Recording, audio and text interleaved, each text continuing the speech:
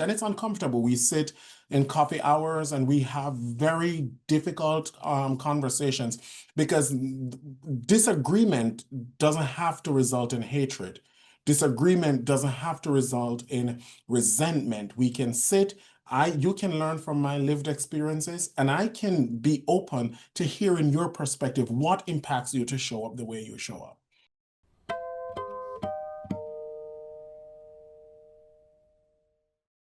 Hello, welcome back to GBH Forum, coming to you live via Zoom.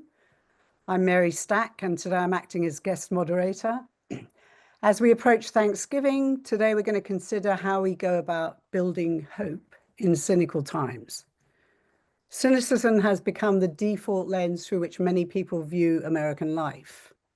According to Pew Research, our trust in institutions is steadily eroding and being replaced by a world-weary view that our systems are broken alongside government promises. Swept up in rapid social and technological changes, our futures feel perilous and uncertain, and this daily angst is only exacerbated by the constant churn of bad news coming across our screens 24/7. It's all too easy to fall into a state of hopelessness. Despite this pervasive climate of creeping cynicism, some people refuse to submit to despair. They acknowledge the dysfunction, the disillusionment, and the broken promises, but they choose instead to respond with creativity, community, and faith. These individuals aren't naive optimists. They're grounded in reality, but they have found ways to cope, adapt, and even against the odds thrive. And they do exist. 3 such individuals are actually in our program today, and they're our guests. And they've all forged strategies to navigate the stresses of everyday existence, which they're going to share with us. Hopefully, their experiences will offer impetus and ideas about how meaning can be reclaimed in cynical times. Our first guest is Emmanuel Maduneme. He's assistant professor of mass media at Southeast Missouri State University. He's assistant professor of mass media, and he's a former broadcast journalist from Nigeria, whose experiences have led to him questioning the impact of traditional news reporting and have inspired him to explore solutions journalism. This pairs reporting on social problems with efforts to address them, and he continues his work in academia. Reverend Andre K. Bennett serves as pastor of youth and young adults at Zion Baptist Church in Lynn, Massachusetts. He also ministers for First Parish Church of North Oxford. He's a community leader and justice advocate. Dr. Bennett is president of the board of directors for the Essex County Community Organization, affiliated with Faith in Action, and he's received multiple citations for his leadership. Lastly, Steve Starring Grant is author of Mailman, a memoir that chronicles his life 1 year as a rural letter carrier after losing a highly paid job as a marketing executive. During the pandemic, Grant had been diagnosed with cancer and needed health insurance. So in March 2020, he returned to his hometown in Appalachia and took work as a rural letter carrier. The post office job saved his life, he says, and his book celebrates the simple heroism of daily service, the dignity and struggle of blue-collar work, and the joy of going the extra mile for your neighbors. So welcome to you all, Emmanuel, Andre, and Steve. Thank you for having us. Thank you for having us. Okay, we're going to start with you, Emmanuel. People everywhere are burned out on news. Many people report suffering from kind of compassion fatigue. Can you tell us about, first, your background reporting in Nigeria, and then how you came upon solutions journalism and how it works? Thank you very much, Mary. So I worked as a broadcast journalist in Nigeria for around 6-7 years. In that role, I was a radio reporter at first, but eventually I became a radio host where I hosted shows for like 5 days a week, 12 to 4. And it was most favorite thing I did at the time in my life, and most of my shows required me to engage with audiences on a regular basis. So that we usually have this phony in section of the shows. And doing that and practicing as a journalist was an exciting time to actually do news. I started realizing something, and this was what set up my journey into solutions journalism and my academic, trajectory all around. And it was the question that we tend to tell people that society is declining. Most of our stories, they circle around the theme that there is a depreciation in society and you should know about it. And that's important. That's what journalists do. Journalists raise your awareness to social threats, and that's one of the watchdog roles of a journalist. But my question started when I was thinking, like, we assume that when we tell them that things are so bad, they automatically know what to do. And I realized that many journalism outlets or many journalists were not asking the questions. Now we know something is so bad. We know things are getting so wrong. What can people do about it? And I didn't see that. I didn't see a lot of people reporting on what can people do to address this issue. But what I instead saw was how people started feeling helpless. And in Nigeria, it's what you would want to describe as a pseudo developing country, where some parts of the country they've experienced a lot of economic growth and the other parts not so much. So you have a situation where a lot of people are craving for help. Humans have a psychological thing where we desire for stability, we desire for some of the basic things of life. But in many cases, because of how the society is structured, because of the socio-economic realities of the time, many of those things, most people are deprived. And you have people asking the question, okay, I know that things are bad. I know, for example, Nigeria is going to be bad tomorrow. If you meet me the next week, I will tell you, well, things are just worse than they were last week. But what can we do about it? And that's kind of what started my journey into solutions journalism. This idea that people have become so fatigued, and there's research to back this. People have become inefficacious.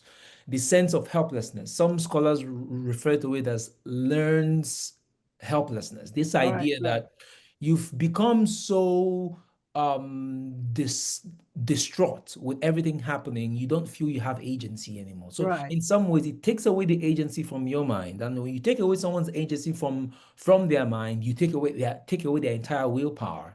And in some ways, the news and communicating truth to people, in some ways, is taking away people's agency. And my thought is, how do we change that? So solutions journalism goes against that grain, and it asks the question, not just how bad things are, but what are people doing about it? What are communities doing to address their issues? And eventually, we're going to talk more. But some of the basic findings that have been consistent is when people see a solutions journalism story, first of all, it gives them a sense of agency. It tells them that there are certain things that are within your control. And just by telling people that they have some agency, that changes things. And so that's kind of how I got into solutions journalism from my background as working as a journalist in Nigeria. Okay, and you've done some trials here in the United States, research trials, Mm. and some of those things have proven what about the Ye- reception of the audience when they receive these kinds of good stories, good news stories, or yes. positive role model stories, should we say? Otherwise, it sounds Mm. like public relations, which it's not. Yes, yes. So first of all, solutions journalism is not necessarily good news. There's a way I describe it. So there are three buckets here, and I often use this an analogy when talking about it in research circles. Think of it as the analogy of the cup half full, half empty, right? And you have the cup half empty. That is traditional news. Traditional news will tell you that the cup is half empty. That is the truth. There's nothing wrong with that truth. It's still what it is. Traditional news will tell you that the cup is half empty. As a matter of fact, the cup is about to be broken and there's nothing we can do about it. And then you have good news, which will tell you the cup is half full. Now, it is just trying to essentially tell you that, well, ignore how bad things are and focus on things that are working. So you see some news platforms would go into, telling you stories about beautiful cats, how some of those feel good stories, and there's a place for that. Sometimes we've referred to those kind of stories or those kind of news content as hopium. The idea that we are giving you hope, telling you that, ignore your pain and focus on what is good. Again, there's a place for that. But solutions journalism is not really that. Solutions journalism actually does rigorous reporting. So I think of it as the half empty. It agrees with the traditional news that the cup is half empty. That's the truth. We can't mince around the truth. Call it what it is. But it goes further and asks the question, how do we make it full again? How do we ensure that we fix that problem by not leaving it half empty? So in some ways, it's even more work for the journalists to do a solutions journalism, because it means you have to be investigative, you have to pay attention to what is working, you have to criticize what you think is working, and tell people stories in an accurate while paying attention to those key values of journalism. So in many ways, I often say, if good journalism means advocating for the truth, then maybe every journalism is PR, because the goal of a good journalism is to tell people the truth, not just the truth of what is wrong out there, but the truth about what is working and how they can participate in it. So beyond its positive impact on readers, journalism apparently builds trust, this kind of journalism. And in a 2024 Gallup poll, which showed 36% of US adults have no trust in the media, that's an incredible number. Yeah. But research by Smith Geiger showed that trust jumps when audiences encounter solution-focused stories. 83% of respondents said they trusted the solutions version. So people are hungry for trust. Yeah. And in order to understand the dynamics of why solutions journalism relates to trust, but even more so positive emotions, and the research that I did that you were talking about earlier, sense of efficacy, is that if you think of trust has two dimensions to it. Trust has the competence dimension, the idea that this person can do this thing. And then it has the other part of it, which is more of the empathy side of it, the self-interest part of it, which is this person is doing this good thing, but for my benefit. And in many cases, journalists or journalism as a field has focused so much on the competence piece, doing it in a brilliant way, tell people how bad things are. And you don't focus on, are you doing it in someone's interest? So what solutions journalism does is it covers that basis. Because if you're reading a story about your community fixing a flood management system, and that flood management system start working, first of all, that is that is in your own interest, and you can tell that the story was demonstrating some sense of competence. So it makes sense that people trust it, because trust, again, is a combination of competence and self-interest. So it makes sense why in many research we see that solutions journalism becomes more public oriented. It's telling the people that this story is not done because we are trying to extract information from you, but it's done because we are trying to look out for you. Okay, a bit of a paradox here, just briefly. If you report the news truly investigatively, it might recommend solutions that require certain funding or resources. And in the present economic climate or political climate, they may be ridiculously unlikely. So you could say you're building false hopes in some ways. Or are you saying it's down to you? It's really down to you, community action. You guys get together and fix this problem. Not exactly, because the version, or well, not the version per se, but the dimension of journalism that where we are entering, the phase where we are entering is, just to give us a quick background, is in the past, journalism has always focused on what the journalist is doing. Most of the research in journalism specifically has focused on journalism actors, journalists, what they care about, what impacts them. And so many of the focus has been what benefits the journalist. How do we make the journalists better? But they've ignored the other part, which is the most important part of the equation, which is what makes people better. So in many cases, this is not a story about what is not possible. This is a story more so about what can we do to ensure that people know what they can engage in to participate in their community. Whether it's false hope or not now becomes a question of a good solutions journalism story, because a good solutions journalism story criticizes the responses. So a quick note is for something to be called the solutions journalism, it has four components. It has to tell us that something is bad, tell us what the problem is, tell us what the response to that problem is, but it also tells us the limitations of those problems. So in many cases, if you are telling people that this thing works, but maybe there are places where it might not work perfectly, you're not telling them a false hope. You're just telling them a story, which is what journalists do. So in many cases, it's not so much about telling people about a great climate idea that is not practical. A good solutions journalism will tell you this geoengineering might be beneficial, but here are political reasons why it wouldn't work. And maybe that's part of the issue where you could need to go vote to ensure that you change those laws so those solutions could be possible. So in so many cases, it's like a range of approaches, not just focusing on the solution itself, but what are the barriers, what are the issues that might disrupt or even enhance these said solutions. Okay, so all of us will probably say you get a bit overwhelmed with the news. Yeah. Let's call it content because it's not always information. Some of it's just bad content.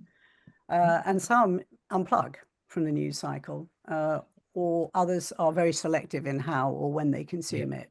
What do you think? Do you think this is ridiculous to think you can unplug when in fact it's all about connecting, right? That's why we are involved in reading about things. We are craving connection, which is why the social media takes off, right? People want to be in a group. So it's okay. What's your advice to that, especially since you're teaching journalists? The truth is, no one really disconnects, if you're going to be very honest. We are connected to some source, one way or the other, whether it's your typical news source or non-news source. We are connected to, and there's some research showing how most people get their news not from the traditional news, but from, some sort of a community setting, some sort of in Nigeria, we'll call it like a public square, but in some ways, there's some sort of a digital public square that exists that people get their information from that is not what you would call news. So in some ways, people are not disconnecting. But again, it's a criticism of the traditional news, which is the fact that during COVID, and we saw this at the height of COVID, where the CBC recommended that people disconnected from news because of how stressful people felt with regards to what's happening in the times. But in the true sense of it, people don't really disconnect. So this new version of journalism that most of us are part of, this movement, is that you have to go meet people where people are. You can't wait for people to come consume news, because people are not just consuming news. People are getting their information from so many other places. As a matter of fact, there's a thing that we say in journalism, which is that journalism has been decentered from being the main source of sense making for people. In the past, people relied on journalism to make sense of the world. Today, that is no longer the case. So in many cases, people are always going to get their information from somewhere, although we know we still have a problem because most people tend to rely on communities or circles that they find appealing. And in many cases, when you are stuck in that circle, the algorithm keeps you there, and you are ignorant or you are oblivious to what some other things happening some other place. So there is a challenge in that. And of course, some work has been going into understanding how do you understand silos and how do we bridge those silos to have a sense of shared truth, because that's one of the problems we have in the society right now. One of the biggest problem is we don't agree to what one thing is. We don't know what truth is. Everyone has their own relative truth.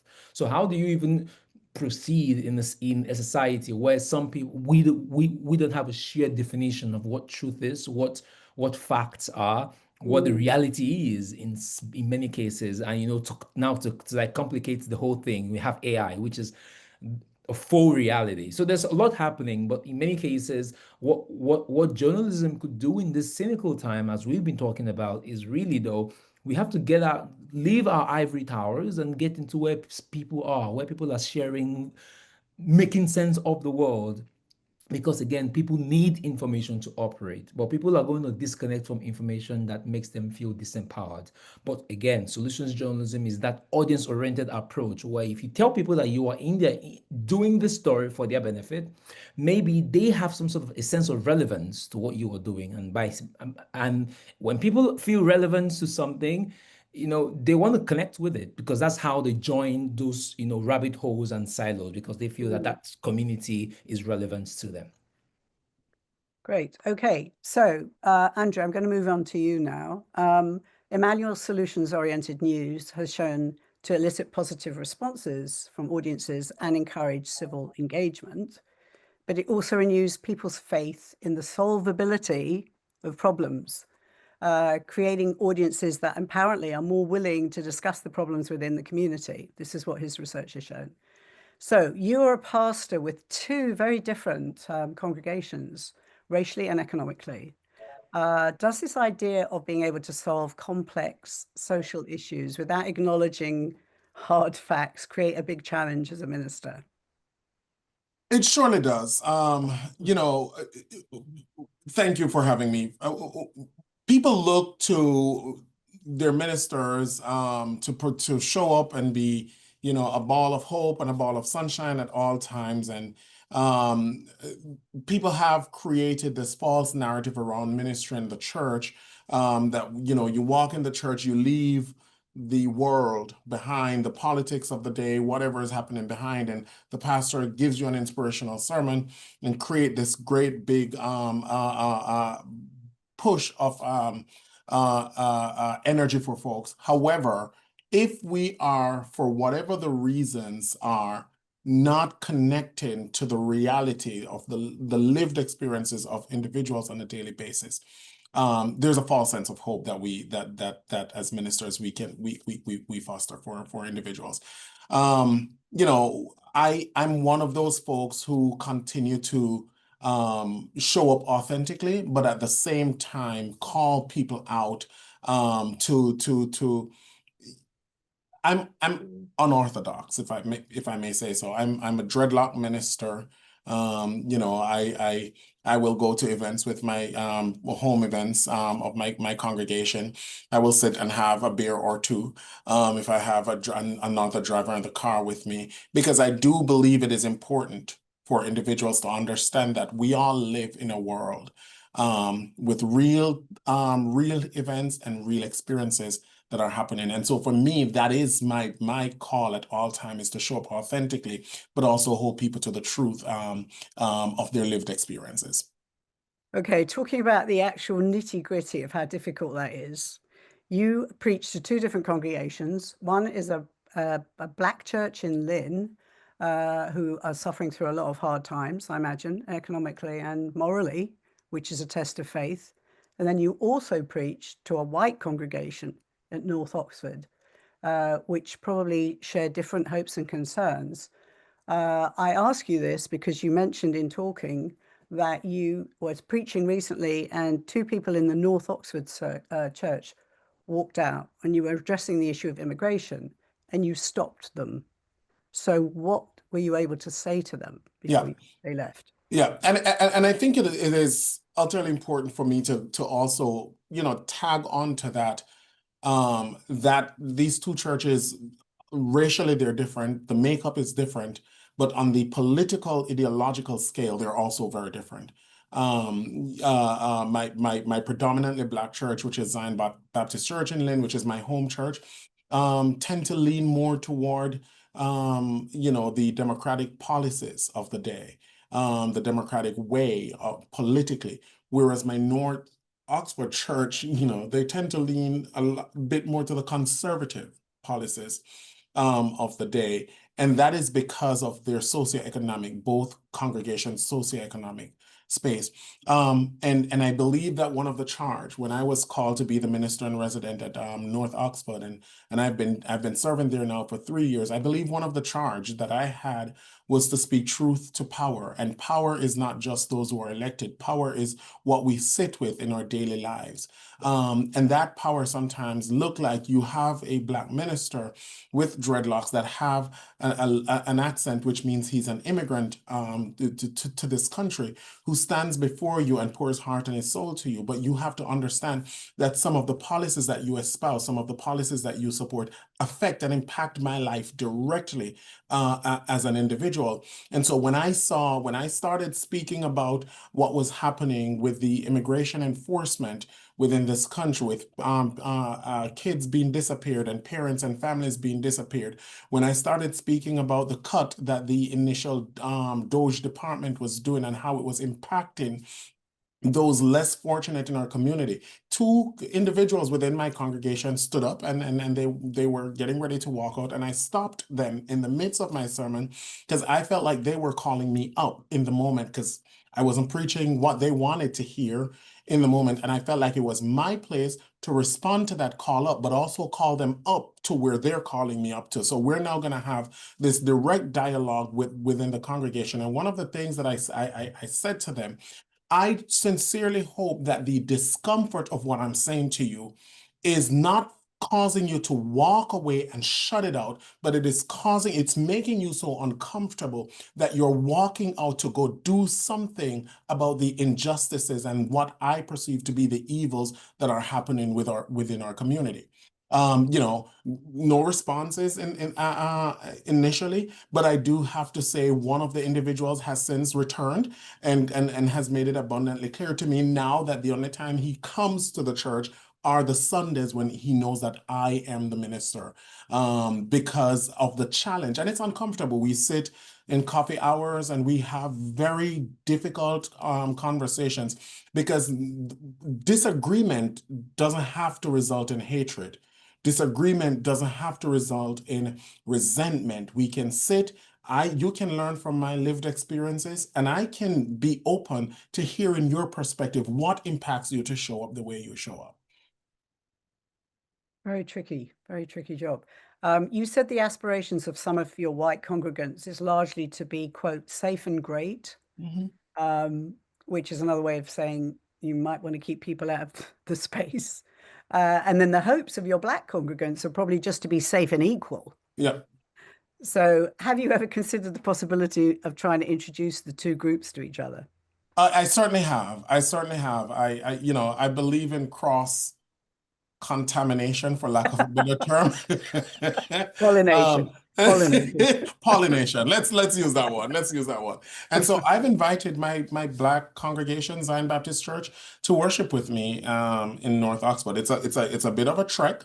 So they haven't taken the drive, but I've certainly opened the Zoom room and they've shown up in the Zoom room. And I've introduced North Oxford to come and worship with me at Zion Baptist Church. You'll see two different ministers. You'll see two entirely different ministers, and I'll share more about that. And the folks at North Oxford, they've actually taken the drive. And again, that speaks also to the difference in socioeconomic lifestyles, where one congregation, it's okay. They can get in their car, they can drive to Lynn from North Oxford, and they can stop and, have lunch and do this and do that without worrying about it. When I asked my folks from Zion Baptist Church to physically show up at North Oxford, there are a couple of things that come to me first. One, I'm just getting off work at 7 o'clock Sunday morning because I had to work an overnight shift. So I'm tired and I got to get rest so I can get to my 11 o'clock service. The other thing is, Minister, that's too far. I don't have the money to buy gas to go that far. The other piece is, if I go there, it's a whole day. I'm going to need food. I don't have money to sit at a restaurant. So it again, just in that little thing, it shows the difference in lived experiences. And it's always such a blessing and a challenge to see how the two different congregations respond to the same challenge. Very, very well put there, very well crafted, the reality of those two dilemmas. Okay, just tell me a little bit about the church in Lynn and its background, the Nova Scotia base. Absolutely. So that church, Zion Baptist Church, started up in Nova Scotia by descendants of slaves. And when Nova Scotia got a little bit uncomfortable for them, they made their way down to Lynn, Massachusetts, and they went to Union Street. Before it was Zion Baptist Church, it was Union Street Baptist Church, Union Street, Lynn, Massachusetts. They pitched a little board structure. It was a group of Black folks. They pitched a little board structure. And their white neighbors on Union Street in Lynn, Massachusetts felt that they did not belong there. So they burned that structure down. And the folks worked hard, persevered, and they built another structure. And again, their neighbors burnt that second structure down a second time. And so these folks were so resilient that they worked, pooled their resources together, saved whatever little money they had, and bought a parcel of land at 4 Adams Street Extension in Lynn. And the church has been sitting on that parcel of land for the last 123 years.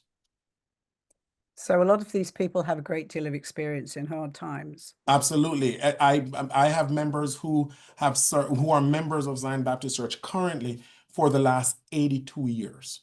So they have lived through civil rights. They have lived through Jim Crow. They have lived through experiences where, you know, a young man from Jamaica who really haven't lived through those things would stand in a pulpit sometimes at the initial stages of my tenure at Zion Baptist Church and say to them, oh, you know, there is no race war in America. I will not get involved. I will not be drawn into a race conversation. It's just right versus wrong and good versus evil. And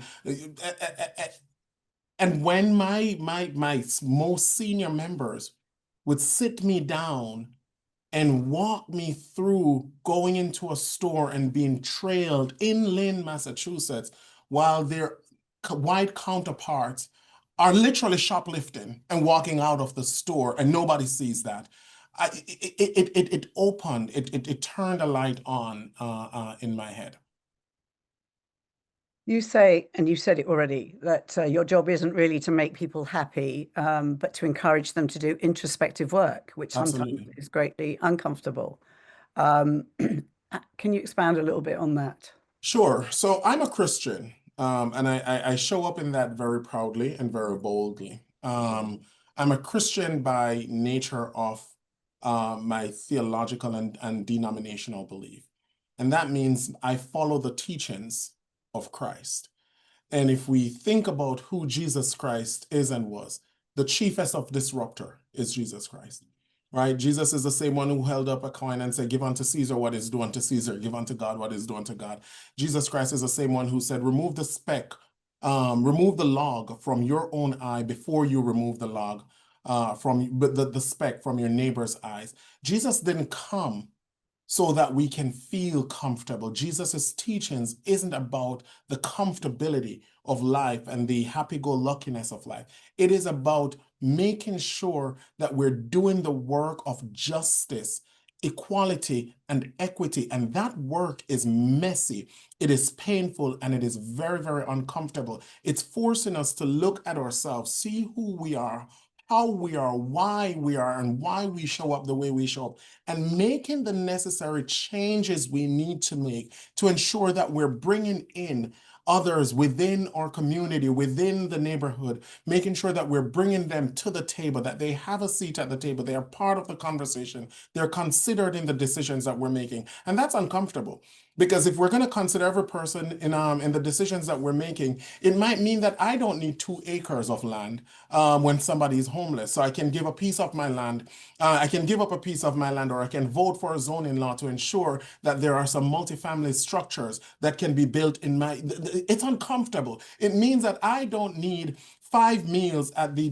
Thanksgiving table, right? I can have 2 very healthy courses of meal and bring the other 3 to give to folks who don't have any kind. It is my job as a minister is not to make you feel comfortable, but it is to make you look within yourself and see how you uphold, based on your beliefs, your practices, how you uphold the structures, the pillars, the forces of injustice and inequity and inequality. So one question that just really fascinates me is, because you've got, certainly in your Black church, a community of people that are inured to hardship, to disappointment, to loss, and many other discriminatory practices. How do those people keep faith? How do they maintain trust and sanity when things seem to have gone completely full circle for some of them? Yeah. You know, I say this all the time, that ours is a religion, and I was invited here as the minister, not the CEO, so I'll put my preaching hat on.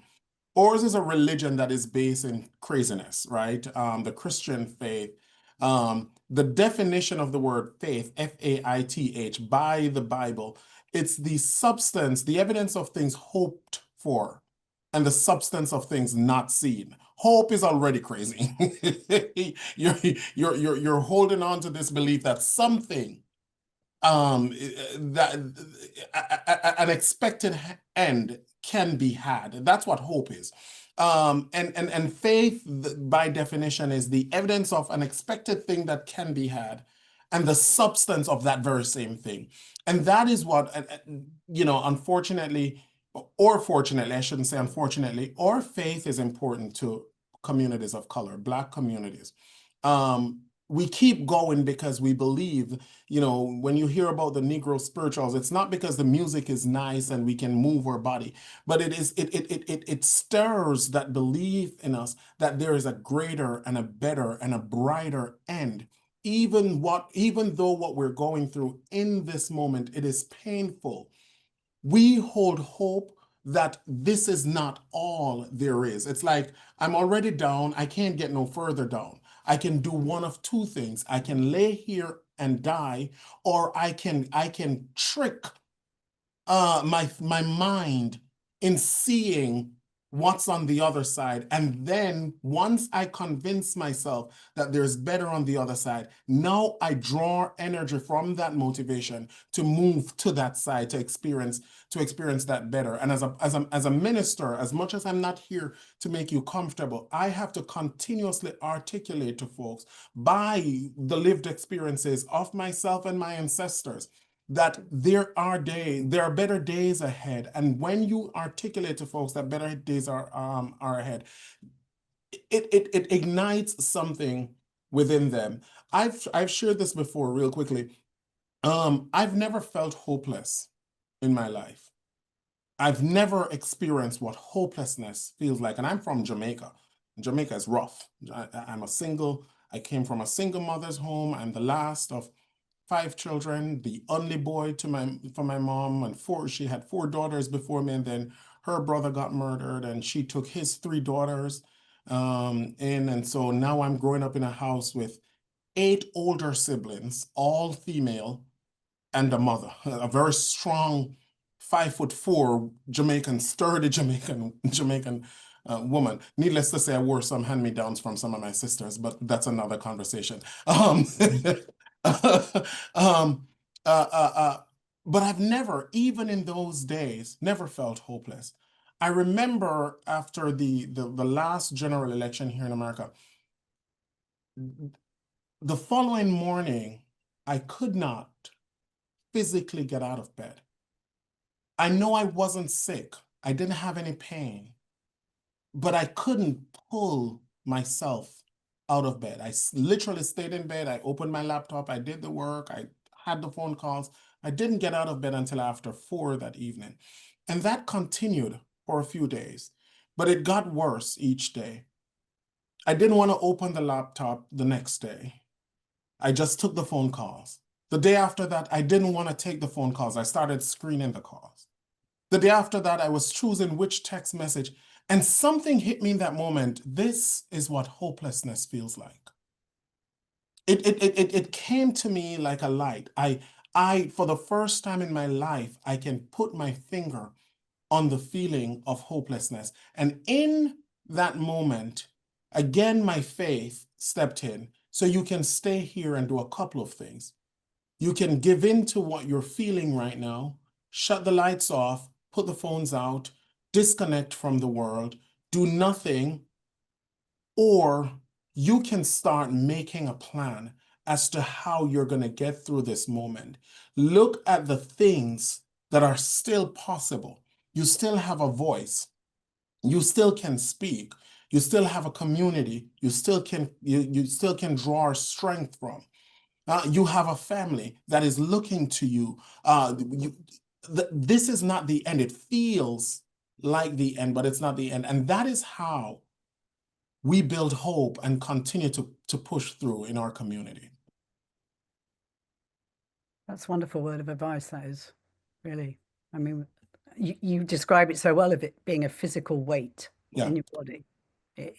More than psychological, it's a paralyzing effect. Absolutely. Okay, well, we'll go from you to Steve over there, who has got some interesting anecdotes, self-revelation, and I wouldn't call them come to Jesus moments, but aha moments. He's written a very interesting memoir called Mailman. And it starts off being quite harrowing, sometimes humorous, and then it ends up actually being surprisingly spiritual, or at least I found so, Steve. So you begin as a successful professional working in advertising and you get laid off. This is a true story in the pandemic, no notice, and a recent cancer diagnosis. What was your first thought when that disaster struck? Well, my first thought was I'm in a lot of trouble. uh, I, you know, I don't want to downplay people that deal with real economic precarity. But, for my family, it- I I needed that health care. And in America, I always got it from my job.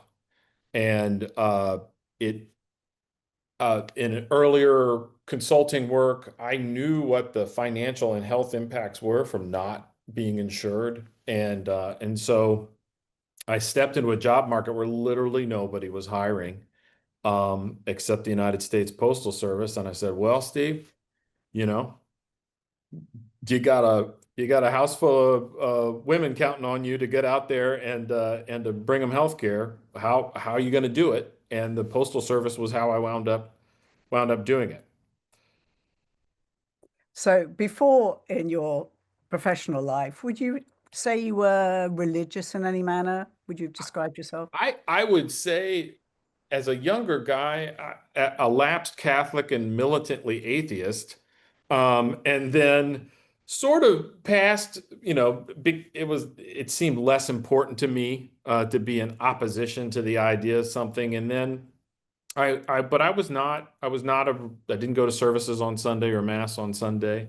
It was not, the spiritual matters were not something that I thought of on a regular basis. No. Okay, so how ill prepared were you for this new job as a rural mail carrier? Uh, you know, rural mail carriers work for a living. And I thought I worked for a living, and I did, but I was sitting at a desk and taking phone calls and making PowerPoint presentations and typing into Word documents. And it was not waking up first thing in the morning, going into a big space with a bunch of other people, physically organizing stuff, loading it into your vehicle, and then getting out on the road. And then you do it the next day, and then you do it the next day. And I had never realized, you have an abstraction where you can think about it in your mind. It's like, oh, I've got it easy. You're on easy street, Grant. You're a white collar guy. You clock into the office. What am I going to have for lunch today? And and the physical reality of what it means to be on the clock. You're under time pressure the whole time, and there's rain, and there's bugs, and there's dogs, and there's crazy customers, and it's hot, it's cold, neither rain nor sleet nor gloom of night, right? It's like the mail has to get out there. And it was a shock.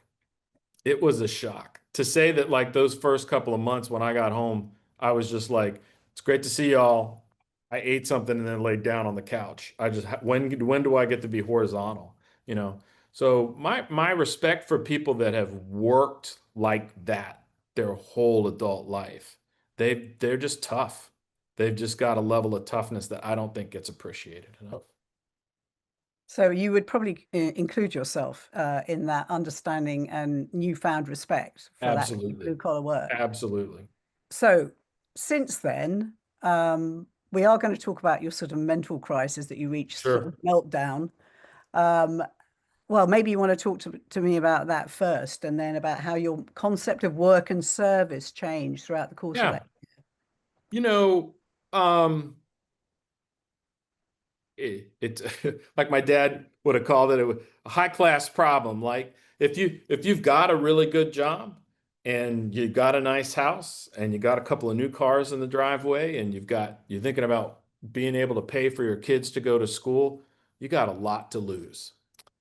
And my identity as a provider, as, like, I'm the breadwinner, and I can give these things to my family. I was very my sense of worth as to who I was very wrapped up in that, right?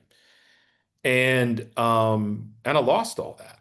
I was still a dad. I was still working for my family, but I'd be lying if I didn't say the sense of the status that came with, oh, I'm a vice president at Prudential.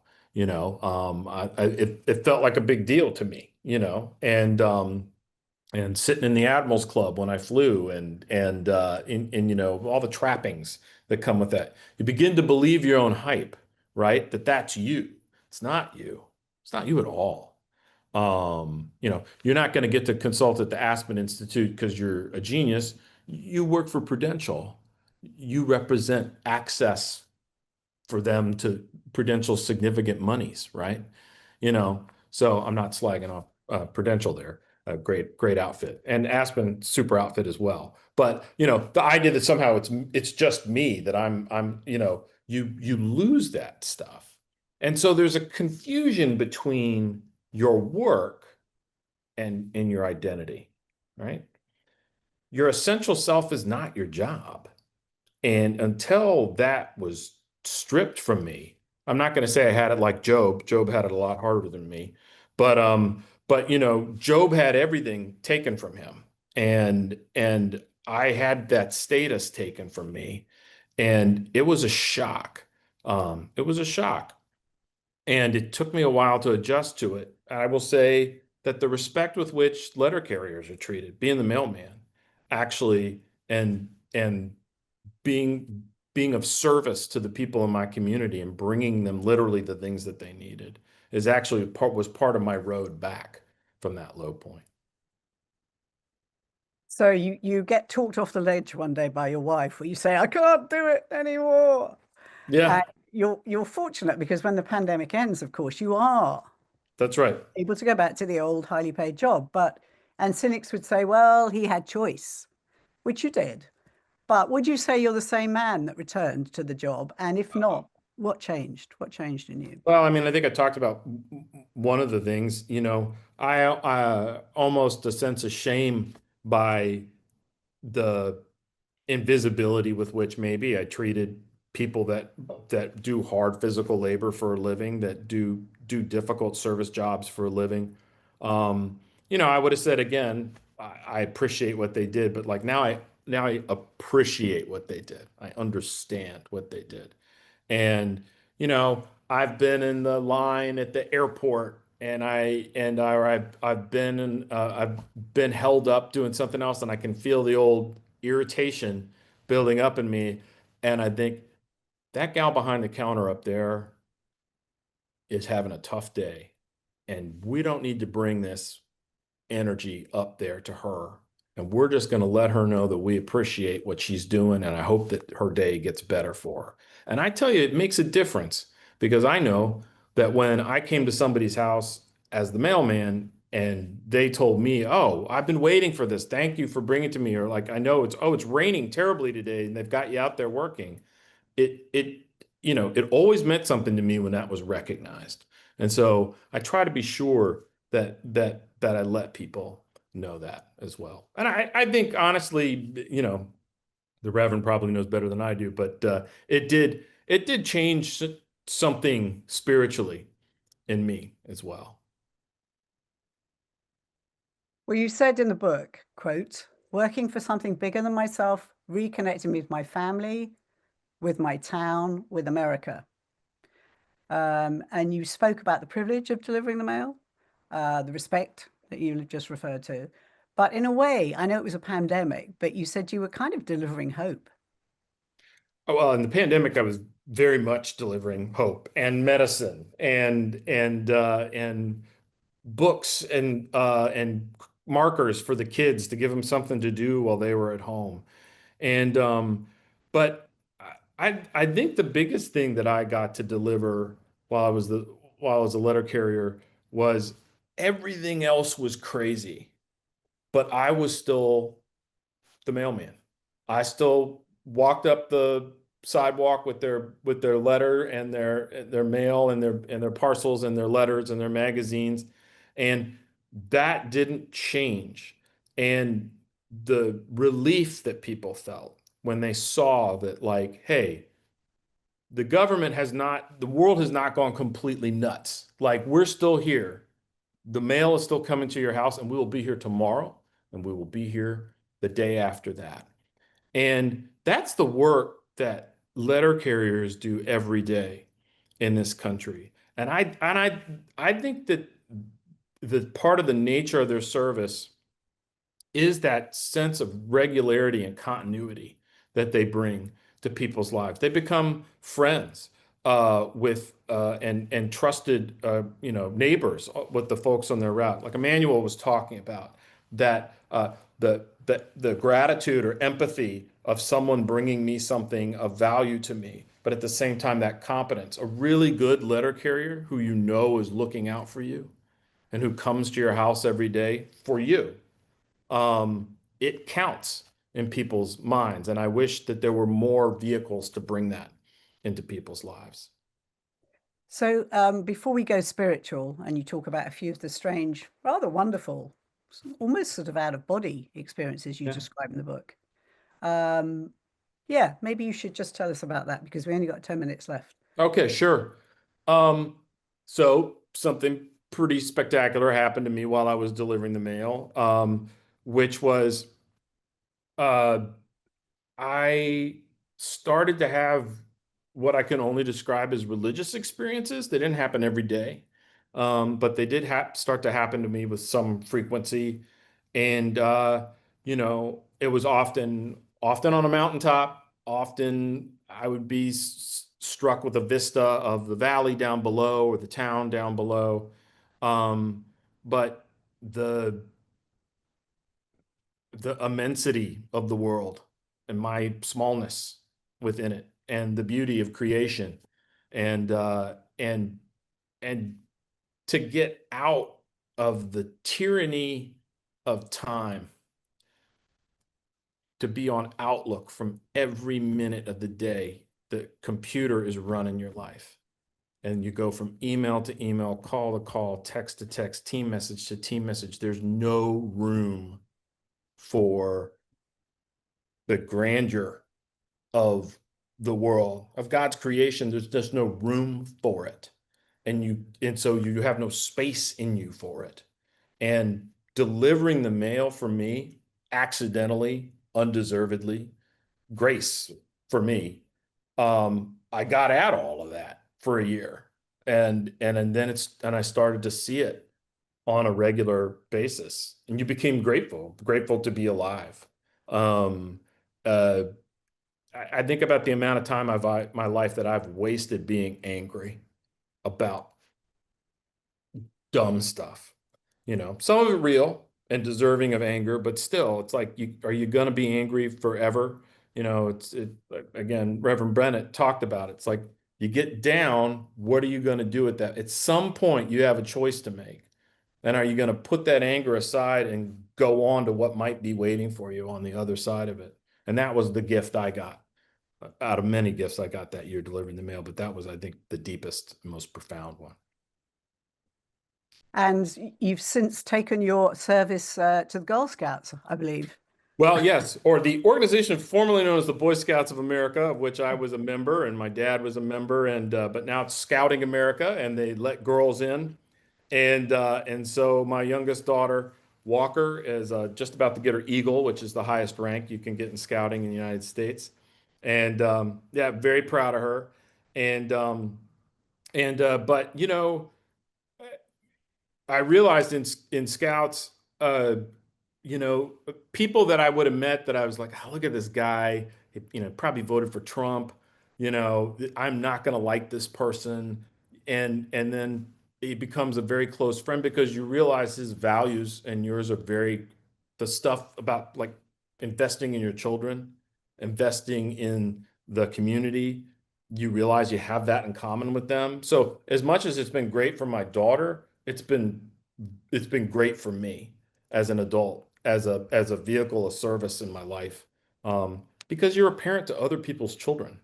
You're another trusted adult in their life, where you are able to teach them and mentor them, and and they take those skills with them into the world as they grow up. And it's a really wonderful thing. And I'm glad I have that, not just earning a paycheck like I used to. So now you make time for that.